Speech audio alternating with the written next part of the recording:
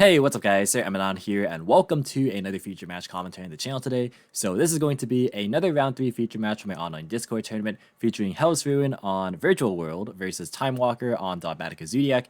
And as usual, if you would like to play in the next tournament, definitely go ahead and check out the link to the Discord server in the description box below as usual. But let's go ahead and get started without any further ado. So looks like Dogmatika Zoodiac did win the RPS and they're going to opt to start. So the opening hand for Dogmatika Zoodiac going first is going to be Ash, Tenki, Strike, Meister, and then Fleur-de-Lis.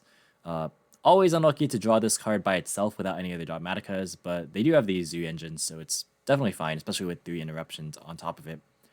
And then the opening hand for Virtual World going second is going to be Lulu, Gamma, Tutu, Lau, and a Psychic Soldier that rides into battle against security forces on Currents of Lightning using an autonomic amplifier called Psyframe. Really never gets old reading this card's text. But yeah, they have one hand trap going second. It's a pretty good one in most cases, but not against Zoo. So not the greatest. However, they have a couple of Virtual World names, so it's not a bad hand. They're going to start with a copy of Fire Formation Tenki. That's going to grab Rapier from deck to hand. Oh, they added Rapier, which means that this Gamma actually might be live if they choose to use the effect. They're going to normal summon the Rapier, activate the effect, and actually they're going to let that resolve. So that's going to send Bunny Blast from deck to graveyard. So they're going for the play to pop it and then add back a follow-up, which is, decent. Going to go to Shakanine and then use that to try and bring back Bunny Blast. You definitely have to Gamma at some point. Yeah, you're going to chain Gamma to the Shakanine. And then going to set Solemn Strike and then pass. So the Cyphers get banished. So this is kind of now awkward for Zoodiac because they don't really have a good follow-up play. But they should be able to live with 3 interruptions in most cases. The top deck for VW is going to be Chuche. They're going to main phase normal summon Tutu and then go for Lulu, target the Tutu. Going to chain Ash Blossom to that. And then they're going to activate Lelo, targeting the Tutu. And then Zoodiac's going to chain Solemn Strike in response. And then they're going to go to battle phase. So Tutu's going to attack for 1200. And then main phase 2 going to set Chuche and pass.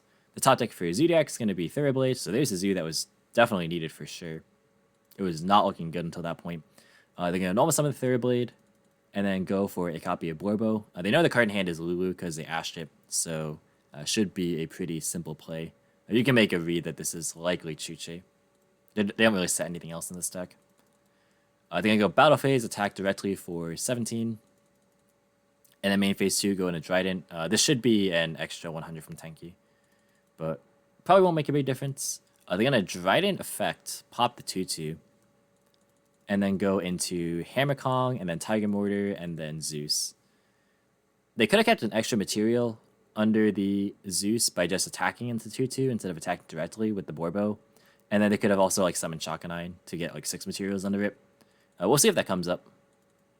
They're going to pass. For turn, the top deck for VW is going to be Desires. That is about the best top deck you could ask for, or one of the best top decks, really. So that's going to be quite strong because this hand wouldn't have beaten Zeus otherwise.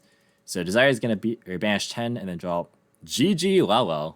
Okay, so there's a ton of VW names. Let's check what was banished. So Chuche, Lili, Lau, Droplet, Nian Nian, Qinglong, Lili, Nian Nian, Kowloon, and Droplets. So we see the main deck Droplet. I believe that was 2 Lili and 2 Nian Nian, and then a third Lelo because there's 1 in grave, 1 in hand. So that's all 3 Lelos out of the deck. But yeah, pretty solid. Definitely really, really good draws. It was 100% worth it. Chuche gonna go be activated so that GG can target it. And then that's gonna be met with the Zeus. Gonna send it away. Tenki should go as well. Tutu in graveyard. That's gonna pitch the GG for cost, and then that's gonna be met with Meister. And then they're gonna normal summon the Lulu and then activate Lalo targeting it, and then that's gonna be Zeus. Yeah, it would have been decent if not for the Meister, I think. But yeah, that's going to be the end of the turn, and then going to activate Fleur-de-Lis at the end of main phase 2, just to put an extra body on board.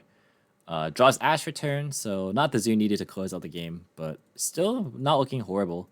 Going to go to battle phase and attack for 6k damage with the boost for Fleur-de-Lis.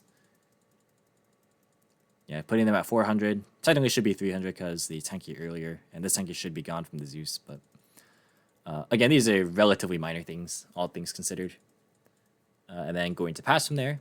The top deck for VW is going to be another copy of Tutu. Interesting that they're on multiples. We see most builds only play 1, but could be good here. It is a normal summon at at worst. So yeah, gonna normal summon 2/2 and then activate Lalo, gonna chain the Ash to that. And then 2/2 Engraver, pitching Lalo, gonna bring back the 2/2. And then thinking here, so the options are like M7, which doesn't really accomplish much here because like if you add back a VW, there's nothing to target. You can go into Utopia Beyond, I guess, to try and clear the board, which I think is probably what's going to happen. Or you can go Fan, which is decent, although it doesn't answer the board right now. It does float, which is not bad either, but we'll see. Yeah, they're going to go for Utopia Beyond. Yeah, for sure. And that's going to lower everything to 0 on the Zoodiac side of things. Gonna attack into Fleur-de-Lis for 3k damage. And actually, they forgot to use Zeus effect here. Yeah, people frequently forget about this effect. But if another card you control is for a battle card effect, you can attach a card from your hand, deck, or extra deck to this card's material. And since they're on Dogmatika cards, you can attach Titanic-Clad, and that is very, very good. So definitely missed opportunity for sure. Because that makes this Zeus, incoming Zeus, a lot worse. But main phase 2, they're going to go into Gaia Charger and then Zeus of their own. And then pass. Oh, hey, they remember the Tenki, it looks like. Yeah, there we go.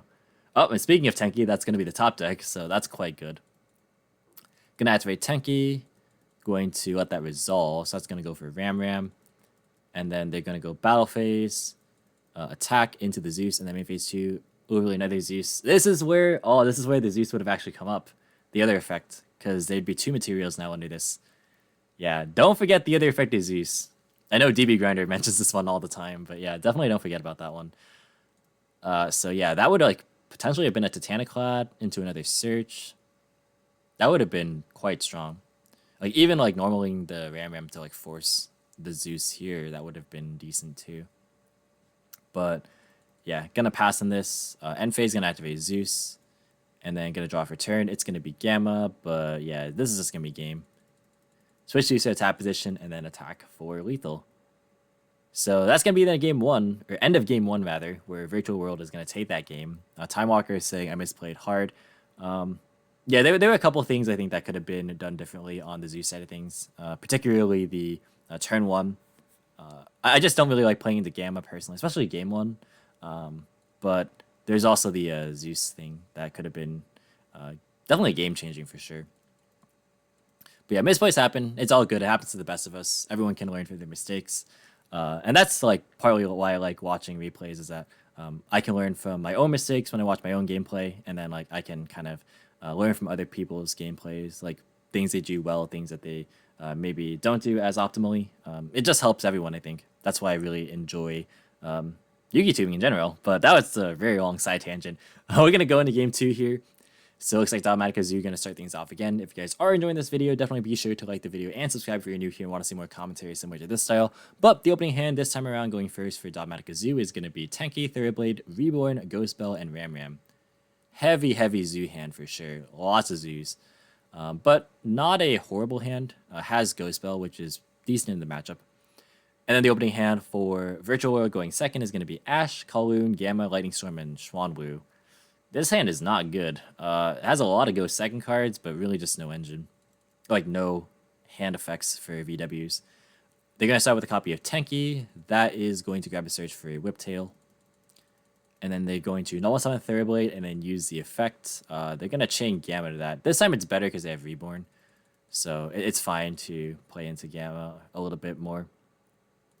I mean, I probably still wouldn't do it because like this is a really strong recovery tool later on, especially like when you have to commit Zeus, but it's like more justifiable here than it was game 1.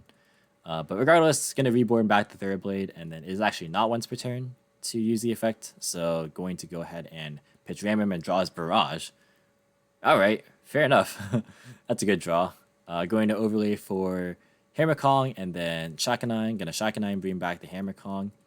And then going to go for Tiger Mortar, and then Tiger Mortar going to attach the Ram underneath the Hammer Kong, and then going to go Trident, and then pass. This is negated off Shakanine, so it doesn't have to detach. Returning the top deck is going to be 2/2. That's one of the VWs that does not help this hand. Yeah, not a great one. Just going to pass. Returning the top deck is going to be Meister for Zoo. Not bad, more hand traps. They're going... Oh yeah, they had to detach because it activates on both end phases. So yeah, detach from Hammer Kong, and then gonna activate Barrage. Barrage gonna activate, that's gonna be Ash. And then they're going to normal summon Whiptail, overlay the Hammer Kong into Shakanine, and then they're going to go ahead and detach for Ram Ram. I was just checking something real fast with Shakanine's text. But gonna go into Vespinato, and then proceed to Battle Phase, gonna attack for 500, and then 1300. So they can attach Whiptail for an extra 13.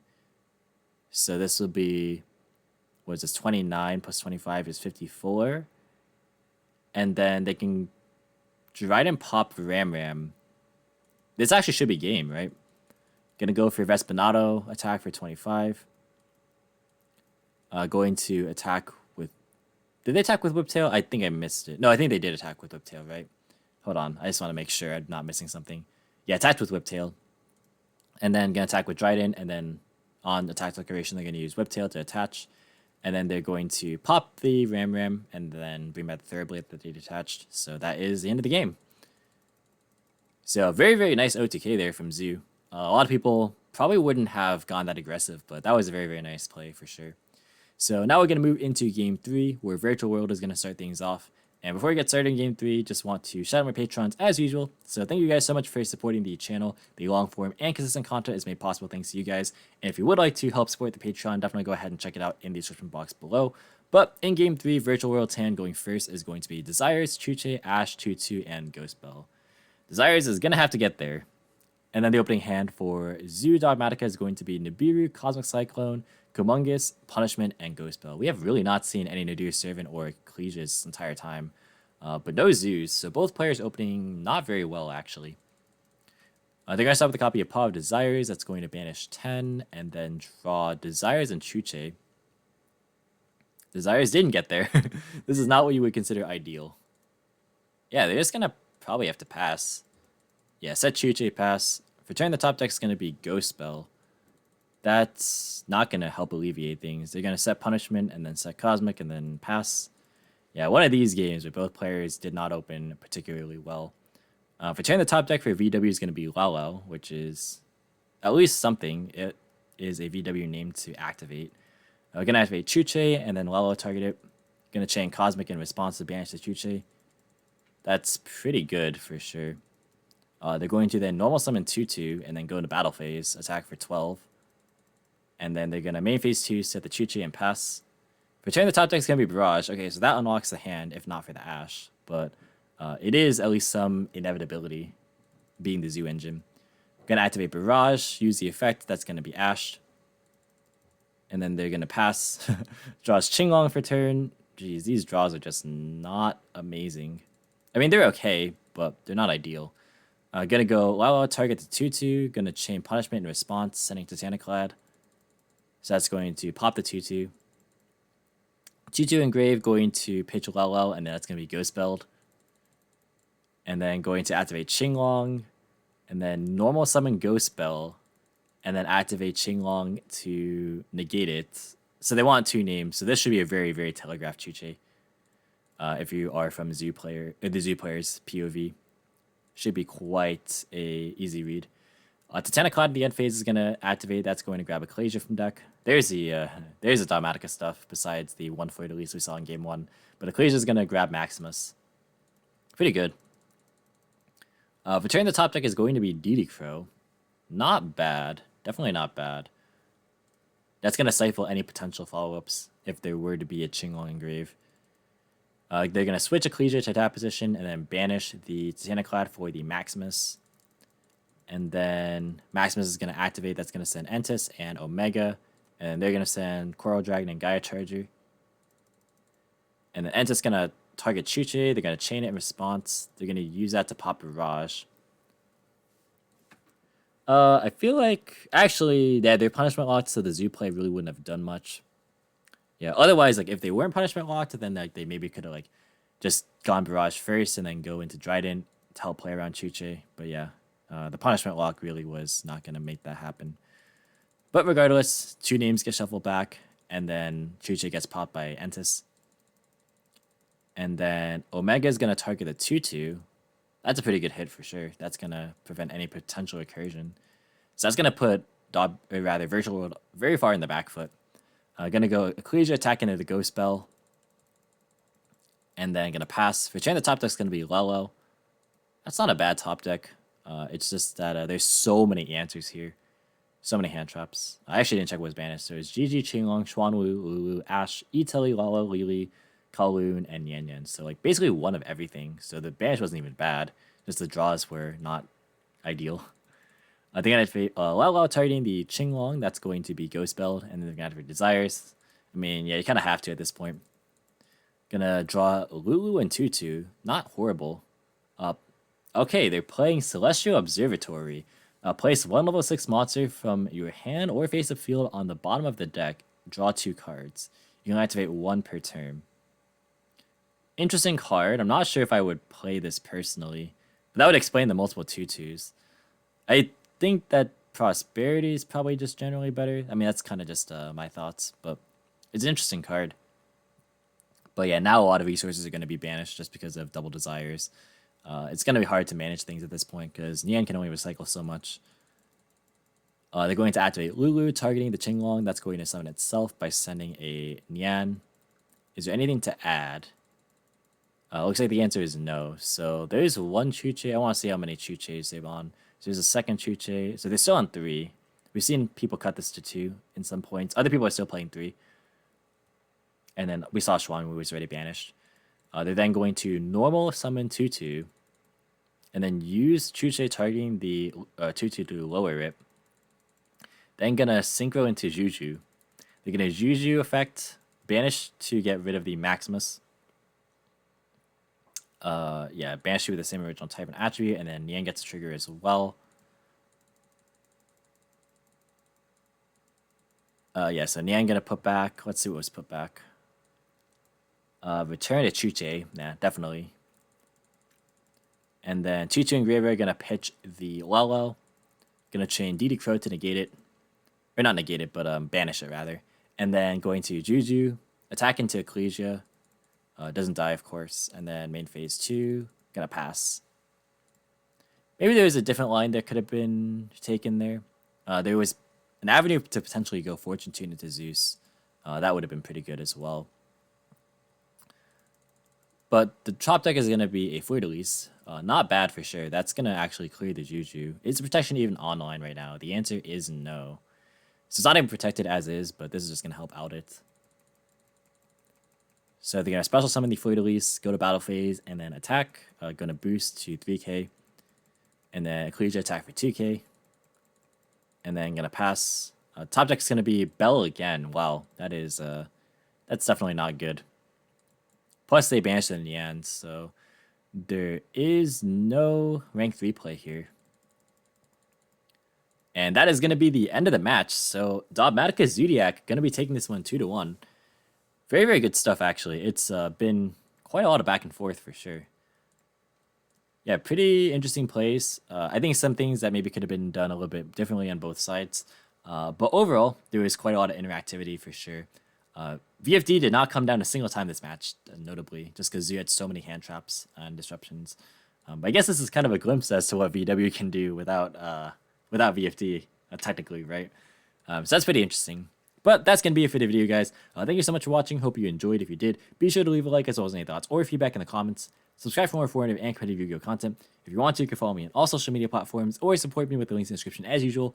And until next time, I'll catch you in the next video. See you guys.